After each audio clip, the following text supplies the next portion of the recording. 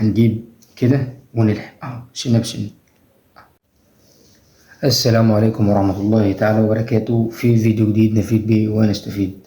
طبعا معانا النهاردة فكرة بسيطة وفكرة جميلة، وإن شاء الله هتريح أكترية الصوانية، وهتريح بعض الناس اللي بيحبوا يلحموا بالجزير والمكوة. طبعا زي ما حضراتكم شايفين الفكرة بسيطة والفكرة مش مكلفة. لو عندك قلم زي ده خلصان أو مفيهوش خالص طبعا هنستغله. أول حاجة هنفك القلم ده من جوه كده زي ما حضراتكم شايفين، ونجيب القصدير بتاعنا ده هنلفه حوالين القلم بالشكل اللي انتوا شايفينه ده اهوت.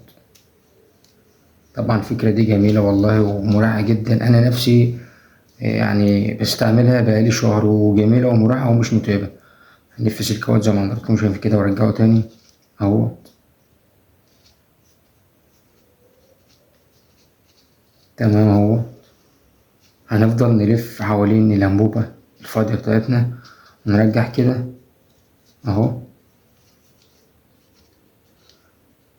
تمام. وهنقطع القصدير بتاعنا. تمام انتهينا كده اهوت. هنطلع القصدير ده ونحاول نمط شوية كده اهو. وأول ما نخلصه ده نرجع القصدير تاني في القلم، ونحاول بقى نمط على قد ما نقدر اهو عشان يبقى اهو. ونطلع القصدير من هنا ونقفل القلم بالراحة.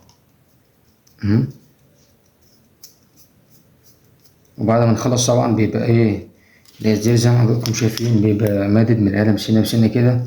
ونجيب مكوة اللحام سخنت معانا اهيت، طبعا لسه بتسخن، لسه حاططها في الكهرباء. وزي ما انتوا شايفين كده ايه هنلحم بالمكوة كده زي ما انتوا شايفين كده. هيسهل معانا اللحام بالشكل اللي انتوا شايفينه ده، وطريقة مريحة وجميلة جدا. وأول حتة ما تخلص معاك هتشدها تاني، شوف هتتشد معاك بكل سهولة، هتخلص هتشدها معاك. والفكرة جميلة والله ونفعتني جدا. لو انت بتلحم إلكترونيات أو أي حاجة هينفعك جدا والله، ومش هتبقى مملة معاك. ده لما انت بتمسك بإيدك كده وتلحم ممكن تتلدع، ممكن تحرك حاجة، يبقى بالراحة.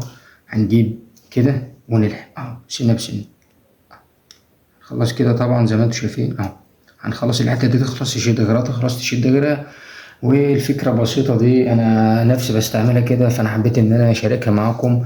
ولو عجبتك الفكرة متنساش تدعمنا باشتراك للقناة ولايك ومشاركة للفيديو، ويفيد غيرك عشان تستفيد. وإن شاء الله هقدم لكم فيديوهات كتير جميلة. والسلام عليكم ورحمة الله تعالى وبركاته.